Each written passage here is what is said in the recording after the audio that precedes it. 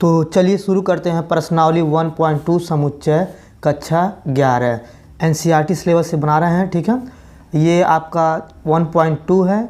इसके पहले हम 1.1 को बता दिए हैं। ठीक है, तो चलिए शुरू करते हैं। पहला प्रश्न लिखा हुआ है यहाँ पे, निम्न में से कौन रिक्त समुच्चय के उदाहरण हैं बताना है। ठीक है, तो रिक्त समुच्चय क्या होते हैं, चलिए पहले इसके बारे में हम बता देते हैं आपको, तब उसके बाद आगे बढ़ते हैं। ठीक है, जैसे मान लीजिए यहाँ पे कोई खाली अवयव है जिसके बारे में कोई चीज़ ना हो। ठीक है, उसको हम कहते हैं रिक्त समुच्चय। ठीक है, रिक्त समुच्चय जो यानी कि एक अवयव या कोई दो अवयव, एक से अधिक अवयव कोई आता है यहाँ पे, यानी कि कोई भरा जाता है 2 या 3, ये होता है रिक्त समुच्चय।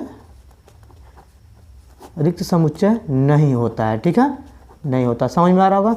अगर कोई अवयव, ठीक है, यानी कि कोई अवयव भरा ना हो, यानी कोई अवयव बताया ना जा सके, उसे हम रिक्त समुच्चय कहते हैं।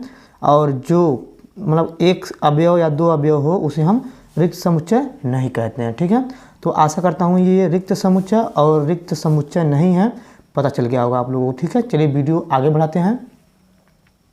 अब चलिए इसमें अब करते हैं प्रश्न। पहला लिखा है, निम्न में से कौन रिक्त समुच्चय के उदाहरण है।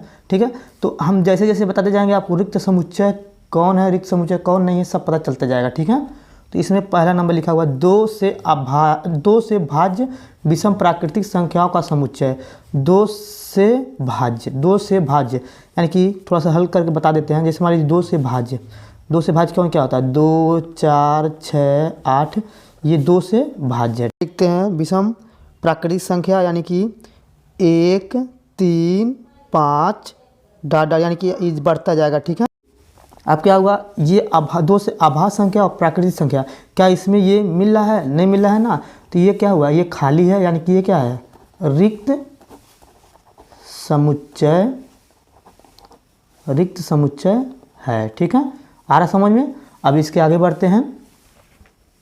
अब आपका दूसरा नंबर दिया, लिखा हुआ है सम आभास संख्याओं का समुच्चय। ठीक है, सम आभास संख्या क्या होता है, चलिए बताते हैं। पहले हल लिखते हैं। सम आभास संख्या यानी कि देखिए सम आभास संख्या 2 होता है। ठीक है, अब इसके आगे सम आभास संख्या नहीं होता है। ठीक है, सम आभास संख्या यानी कि इसके बाद होता है आभास संख्या, जो होता है 5 होता है, 7 होता है, मगर सम पूछा है तो सम यानी 2, यही है ये। यानी कि देखिए ये अवयव आ गया, यानी कि हम बोले थे ना, जो अवयव खाली होता है उसी को हम रिक्त समुच्चय कहते हैं, जो अवयव नहीं खाली रहता उसे हम रिक्त समुच्चय नहीं कहते हैं। तो ये हो गया आपका रिक्त समुच्चय नहीं है। ठीक है, चलिए अगला नंबर प्रश्न हल करते हैं। अब आपका तीसरा नंबर प्रश्न दिया हुआ, लिखा हुआ है x एक प्राकृतिक संख्या है, x > 5 और साथ ही साथ x < 7 है। ठीक है, तो ये प्राकृतिक संख्या कह रहा है 5 है, क्या है, कह रहा 5 से बड़ा है। ठीक है, तो आपको पता है कि जो प्राकृतिक संख्या होता है 5 नहीं होता है, यानी 1, 2, 3, 4 ऐसे शुरू होता है, यानी 1 से शुरुआत होता है, 5, 6, 7 तब आता है, यानी कि 5 से कह रहा है, तो ये गलत हो गया ना, यानी कि ये क्या हुआ आपका खाली हो गया। ठीक है, तो यानी कि ये नहीं होता है ना, नहीं भराएगा ये, तो ये हो गया आपका रिक्त समुच्चय है। ठीक है, हो गया ये आपका। अब चलिए अगला प्रश्न हल करते हैं। अब आपका प्रश्न नंबर चौथा दिया हुआ, लिखा हुआ है y किन्हीं 2 समांतर रेखाओं का उभयनिष्ठ बिंदु है। ठीक है, मान लीजिए हम इसको हल करके बता दे रहे हैं आपको। जैसे मान लीजिए A, ठीक है, एक समांतर रेखा है और B एक समांतर रेखा। ठीक है, देखिए आप लोग ध्यान से समझिए, 2 समांतर रेखा कभी आपस में नहीं मिलता, ये उभयनिष्ठ नहीं होता है। ठीक है, तो ये आपका खाली हो गया, तो ये क्या हो जाएगा आपका, लिख देंगे इसको रिक्त समुच्चय है। ठीक है, चलिए अगला प्रश्न हल करते हैं। अब आपका दूसरा नंबर प्रश्न दिया है, लिखा है निम्नलिखित समुच्चयों में से कौन परिमित है और कौन अपरिमित नहीं है। ठीक है, तो परिमित और अपरिमित इसमें बताना है। ठीक है, तो चलिए बताते हैं। परिमित वह होता है जिसके बारे में हम लोग बता सकते हैं, उसे हम परिमित कहते हैं। जैसे मान लीजिए अपरिमित वह होता है जो हम लोग नहीं बता सकते हैं। ठीक है, तो चलिए आगे बढ़ते हैं। अब परिमित और अपरिमित के बारे में तो बता दिए हैं। चलिए अब पहला नंबर प्रश्न करते हैं। लिखा हुआ है वर्ष के महीनों का समुच्चय। तो ये आपको पता है, ये एक वर्ष में 12 महीने होते हैं, ये हम लोग को पता है। ठीक है ना, ये तो इसलिए क्या हो गया, परिमित है। ठीक है, इतना आप लोग समझ में आ रहा होगा। चलिए दूसरा प्रश्न हल करते हैं। लिखा हुआ है दूसरा नंबर 1 2 3 यानी कि डाट डाट ये आता जाएगा, यानी कि ये क्या हुआ, ये अपरिमित है क्योंकि ये कह रहा है पता नहीं कितने नंबर आएगा, ये अनंत तक जाएगा। ये हो गया आपका अपरिमित है, ठीक है, ये आपका हो गया। अब चलिए तीसरा नंबर प्रश्न हल करते हैं। लिखा हुआ है तीसरा नंबर 1 2 3 डाट डाट यानी 99 100 तक के बीच में जा रहा है ये, ठीक है। तो ये सिंपली बता दिया हुआ है कि ये 100 तक रहेगा, 1 से 100 तक ही बीच में रहेगा, इसके आगे नहीं बढ़ेगा ये। तो ये आपका क्या हो गया, परिमित है, ठीक है। तो चलिए अगला नंबर प्रश्न हल करते हैं। अब यहाँ पे लिखा हुआ है 100 से बड़ी धन पूर्णांकों का समुच्चय। 100 से बड़ी धन पूर्णांक, तो चलिए थोड़ा हल करके बताते हैं। 100 से जैसे मान लीजिए 101 102 और 103 ये डाट डाट जाएगा, यानी कह रहा है ये पता नहीं कितने नंबर तक जा सकता है। तो ये भी आपको पता है ये अपरिमित है, अपरिमित हो गया, ठीक है। तो चलिए अगला प्रश्न नंबर हल करते हैं। ये लिखा हुआ 5वां नंबर 99 से छोटे अभाज्य पूर्णांकों का समुच्चय, ठीक है। तो आपका लिखा है 99 से छोटे अभाज्य पूर्णांकों का समुच्चय, 99 से छोटा अभाज्य संख्या, ठीक है। क्या क्या होता है, 2 होता है, 3 होता है, 5 होता है, ठीक है। तो इसको क्या कर सकते हैं, डाट डाट करके 97 तक जाते हैं। ये भी अभाज्य संख्या है, ये 97 यानी कि 99 के बीच में 97 आने वाला है। इसके बाद नहीं कोई कह रहा है, यानी इसके आगे नहीं कह रहा है। तो ये हम लोग पता लगा सकते हैं ना, ये बता सकते हैं ना अभाज्य संख्या कौन कौन सा है। तो ये आपका क्या हो गया, परिमित हो गया, परिमित है, ठीक है। तो चलिए अब प्रश्न नंबर 3 करते हैं। अब आपका प्रश्न नंबर 3 लिखा हुआ है निम्नलिखित समुच्चयों में से प्रत्येक के लिए बताइए कि कौन परिमित है और कौन अपरिमित है, ठीक है। तो परिमित और अपरिमित के बारे में बता दिए, जिसके बारे में हमें पता हो यानी जिसे हम बता सकते हैं उसे परिमित कहते हैं। अपरिमित मतलब ये होता है जो हम लोग नहीं बता सकते हैं, जिसके बारे में हमें पता नहीं रहता है उसे हम अपरिमित कहते हैं, ठीक है। तो चलिए प्रश्न नंबर पहला हल करते हैं। अब प्रश्न और पहले लिखा हुआ XH समांतर रेखाओं का समुच्चय, XH समांतर रेखाओं का समुच्चय। तो चलिए इसको हल करके बताते हैं। देखिए ये आपका होता है चतुर्थांश, ठीक है, ये होता है X और ये होता है X डैश, ठीक है। ये XH कह रहा है, यानी कि इस पे अनगिनत रेखाएं होती है, यानी इधर माइनस में होता है इधर प्लस में होता है। तो ये क्या हो गया, हम इसको काउंटिंग नहीं कर सकते, ये बहुत मतलब बढ़ता जाएगा, अनंत तक जाएगा ये। तो ये क्या हो गया आपका अपरिमित हो गया, अपरिमित है, ठीक है। क्योंकि आपको भी पता है कि x और x डैश के बीच में अनंत रेखाएं होती हैं, ठीक है। तो इसलिए अपरिमित हो गया, ठीक है। तो चलिए अगला प्रश्न हल करते हैं। अब इसमें लिखा हुआ है अंग्रेजी वर्णमाला के अक्षरों का समुच्चय। तो इसको हमको पता है कि अंग्रेजी वर्णमाला में कुल 26 अक्षर होते हैं, ठीक है। तो इसको हम काउंटिंग कर सकते हैं यानी कि गिन सकते हैं। तो ये क्या हो गया, परिमित हो गया, लिख दीजिएगा परिमित है, ठीक है। तो चलिए अगला प्रश्न हल करते हैं। अब आपका प्रश्न नंबर 3 दिया हुआ लिखा हुआ है उन संख्याओं का समुच्चय ज्ञात कीजिए जो 5 के गुणज है, ठीक है। तो उन संख्याओं का समुच्चय ज्ञात करना जो 5 का गुणज हो, ठीक है। तो चलिए इसको हल करके लिख देते हैं, पहले बता देते हैं।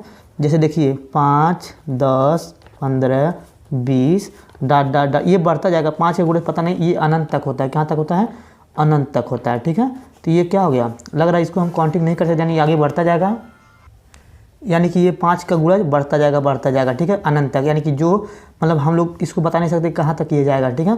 तो ये अपरिमित है, ठीक है। तो चलिए अगला प्रश्न हल करते हैं। अब आपका दिया हुआ है चौथा नंबर प्रश्न, लिखा हुआ है पृथ्वी पर रहने वाले जानवरों का समुच्चय, पृथ्वी पर रहने वाले जानवरों का समुच्चय। तो हम लोग देखिए ये आप सोचेंगे कि ये कथन अपरिमित है, मगर ये परिमित है, क्योंकि हम लोग जानवर जितने भी हैं इस पूरे पृथ्वी पे हमको उसे क्या कर सकते हैं, काउंटिंग यानी गिन सकते हैं, ठीक है। जैसे इंसानों का गिनती हो जाता है ना कि ये इतने लोग हैं यहाँ पे भारत में, ये यहाँ पे मतलब है, तो इस तरह से जानवरों का भी क्या नाम है समुच्चय मतलब गिनती हो सकता है, ठीक है। तो ये क्या हो जाएगा, ये परिमित है, ठीक है। ये समझ में आ रहा होगा, ये बताएं किस तरह से परिमित हो गया, ठीक है। तो चलिए 5वां नंबर प्रश्न हल करते हैं। लिखा हुआ है मूल बिंदु 0 जी से होकर जाने वाली वृत्तों का समुच्चय। तो ये हल करके बता देते हैं आपको, ये अपरिमित है, अपरिमित है, ठीक है। क्योंकि मूल बिंदु आपको पता है, मूल बिंदु है, इससे हम बहुत से सारे कितना वृत्तों खींच सकते हैं, ठीक है।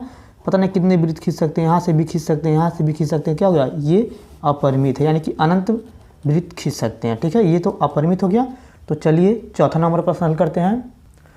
अब लिखा हुआ प्रश्न 4 निम्नलिखित में बताइए कि A बराबर B है अथवा नहीं, ठीक है। ए यानी ए में जो होना चाहिए वो बी में भी होना चाहिए, जो बी में हो ए में होना चाहिए, तभी ये बराबर हो गया, नहीं तो बराबर नहीं होंगे। अगर बराबर नहीं होंगे तो इस तरह से इसको लगा देंगे ए नॉट इक्वल टू बी, ठीक है। तो चलिए अब आगे करते हैं। लिखा हुआ ए बराबर ए बी सी डी है, ठीक है। बी बराबर कर रहा है डी सी बी ए है, यानी कि ये नंबर वाइज यानी कि ए बी सी डी इस तरह से दिया, ये आपका उल्टा दिया जैसे डी सी बी ई ए इधर ऐसे करके दिया हुआ, ठीक है। तो लग रहा है ए के जो अवयव हैं बी के अवयव में मिल रहा है, ठीक है। तो इसको हल करेंगे और ये लिख देंगे ए बराबर बी है, ठीक है। यानी कि ये इधर उधर कहीं पे भी हो मगर इसमें आना चाहिए, तभी ये हो सकता है, ठीक है, बराबर। तो चलिए अगला प्रश्न हल करते हैं। दूसरा नंबर प्रश्न दिया हुआ है ए बराबर 4 8 12 16 और इसमें बी बराबर दिया 8 4 16 8, ठीक है। तो इसको हल करके बता देते हैं हम। लग रहा है ये 4 8 यानी कि 4 8 मिल रहा है, फिर 12 नहीं है, 16 है, 16 18 नहीं है, यानी कि दो चीज़ इसमें 18 और 12 नहीं मिल रहा है। तो इसको लिख देंगे ए बराबर बी, यानी कि दोनों ए नॉट इक्वल टू बी, यानी कि दोनों बराबर नहीं है, ठीक है। तो चलिए अगला प्रश्न हल करते हैं। यहाँ पे तीसरा नंबर प्रश्न दिया हुआ है आपका। तीसरा नंबर प्रश्न दिया हुआ है ए बराबर 2 4 6 8 10 और बी बराबर कर एक्स कॉलन एक्स सम धन पूर्णांकों का सम धन पूर्णांक है और एक्स ग्रेटर देन 10 है, यानी कि 10 है, ठीक है। तो चलिए इसको हल करके बता देते हैं। पहले ए बराबर लिख देते हैं। ए बराबर आपका दिया हुआ है 2 4 6 8 और ये 10 दिया हुआ, ठीक है। और बी बराबर आपका दिया हुआ है, कह रहा है एक्स कॉलन एक्स सम धन पूर्णांक है, ठीक है। तो इसमें कह रहा है धन पूर्णांक है, तो क्या करेंगे 10 तक कह रहा है, यानी कि 2 4 6 8 और ये 10 हो गया, ठीक है। यानी कि ये दोनों मैचिंग कर रहा है, सॉरी ये बी हो गया, थोड़ा मिस्टेक है, ये बी हो गया, यानी कि ये दोनों क्या हो रहा है मैचिंग कर रहा है। तो लिख देंगे ए बराबर बी है, ठीक है। ये समझ में आया होगा आपको। तो चलिए अगला प्रश्न हल करते हैं, ठीक है। यहाँ पे लिखा हुआ अगला प्रश्न यानी कि चौथा नंबर लिखा हुआ है ए बराबर एक्स कॉलन एक्स संख्या 10 का एक गुणज है, ठीक है। ए बराबर यानी कि हल करके दिखा देते हैं आपको। लिखा ए बराबर जो दिया है संख्या 10 का गुणज यानी कि 10 20 30 40, ठीक है, डाट डाट ये जाएगा, ठीक है। ये हो गया आपका। फिर कह रहा बी बराबर आपका दे चुका है इसमें, यानी कि ए बराबर था और ये बी बराबर है, ठीक है। आपका दिया 10 15 20 25 और ये 30, यानी कि ये भी डाट डाट तक दिया, ठीक है।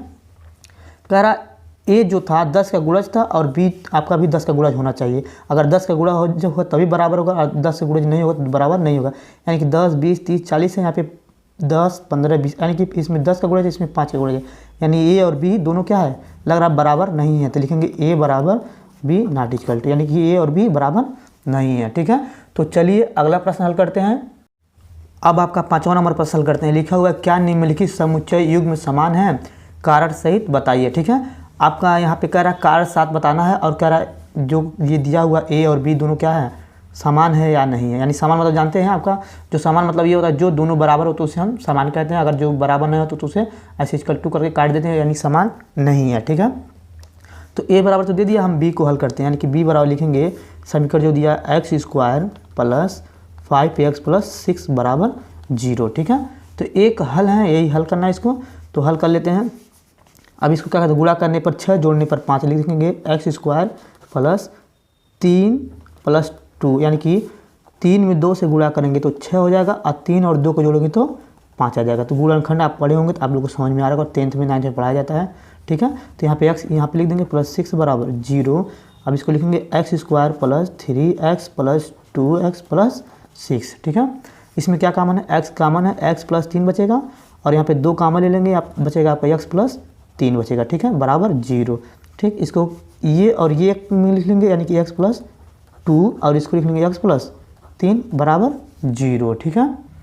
तो चलिए इसको पहले हल करते हैं। लिखेंगे एक्स प्लस 2 बराबर 0 और इसको लिखेंगे एक्स प्लस 3 बराबर 0, ठीक है। इसको पक्षांतर करेंगे आ जाएगा एक्स बराबर -2 और ये आपका आ जाएगा पक्षांतर करेंगे एक्स बराबर -3, ठीक है।